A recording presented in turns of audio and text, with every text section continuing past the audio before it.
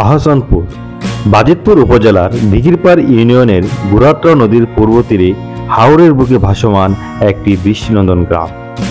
এই গ্রামের চারদিকেই রয়েছে পানি। এই গ্রামের বাসিন্দাদের যোগাযোগের একমাত্র মাধ্যম তাই নৌকা। প্রায় প্রতিটি পরিবারেই রয়েছে ছোট বড় বিভিন্ন ধরনের নৌকা। আহসানপুর গ্রামটিতে রয়েছে প্রায় 2000 লোকের বসবাস। গ্রামটি অত্যন্ত ঘনবসতিপূর্ণ হলেও এই গ্রামের বাসিন্দাদের মধ্যে রয়েছে সম্প্রীতির বন্ধন। বর্ষা মৌসুমে আহসানপুর গ্রামের বাসিন্দাদের মূল পেশা মৎস্য শিল্প। লিটন চন্দ্র দাস। আপনার গ্রামের নাম? আহসানপুর। আপনি কি করেন? এই জাল ভাই, জাল জাল ভাই। জাল? মাছ কেমন আছে জালে? মাছ এবার খুব কম। মাছ দেয়, মাছ হয় না। আমরা বাঁচানোর মতো বানাই তার মরণ।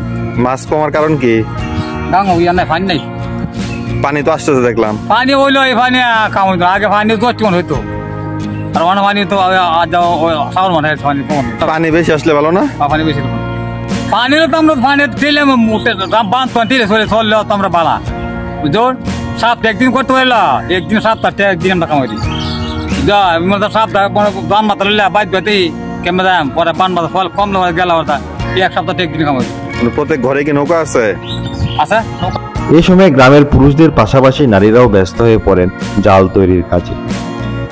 প্রতিটি পরিবারের কোনো না কোনো নারী সদস্য জাল বোনানোর কাজে ব্যস্ত সময় কাটান। নারীরা অত্যন্ত দক্ষ হাতে বিভিন্ন ধরনের জাল তৈরি করে থাকেন। এক একটা জালের দাম 3000 টাকা। মাসে কয়টা বানাইতে পারেন? মাসে না, বছরে 2-3 বার।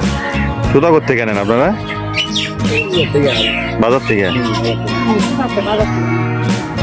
একটা জাল বানাইতে কয়দিন সময় লাগে? 2-3 মাস। আপনার কয়জনে বানান এই জালটা? কতজনে বানান?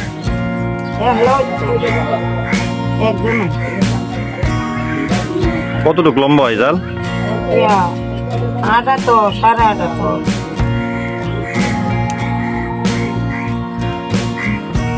কয়টা বানাইছেন এই সিজনে? এক একটা জালের দাম কত? 3000,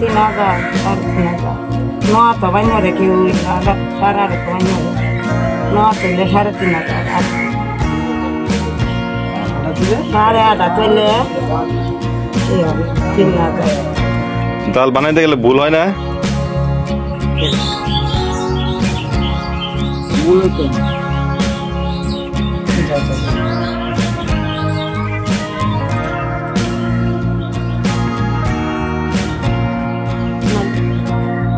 কি নাম এটা? মালি মালি। কোনটা এটা?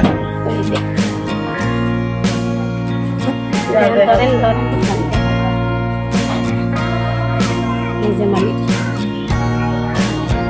পাওয়া বাড়তে দিকে এই যে করে 35টা মালি আছে। এটা সিরিয়াল। এই জালের নাম কি?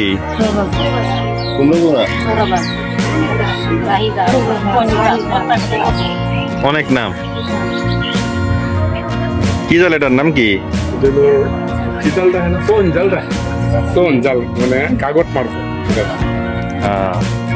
পানির মৌসুমে এই গ্রামের বাসিন্দারা স্বাচ্ছন্দ্যে থাকলেও গবাদি পশু নিয়ে থাকতে হয় দুশ্চিন্তায়। গবাদি পশু মাঠে চড়ানো যায় না বিধায় পূর্ব থেকে খড়ের গাদা তৈরি করে রাখতে হয়। এ সময় গবাদি পশুদের ঘাস খাওয়ানোর কোনো সুযোগই থাকে না। এই গ্রামের শিশুদের পড়াশোনা করানোর জন্য রয়েছে আহসানপুর প্রাথমিক বিদ্যালয়। বিদ্যালয় প্রাঙ্গণে রয়েছে একটি খেলার মাঠ। এই মাঠেই শিশুরা খেলাধুলা করে থাকে।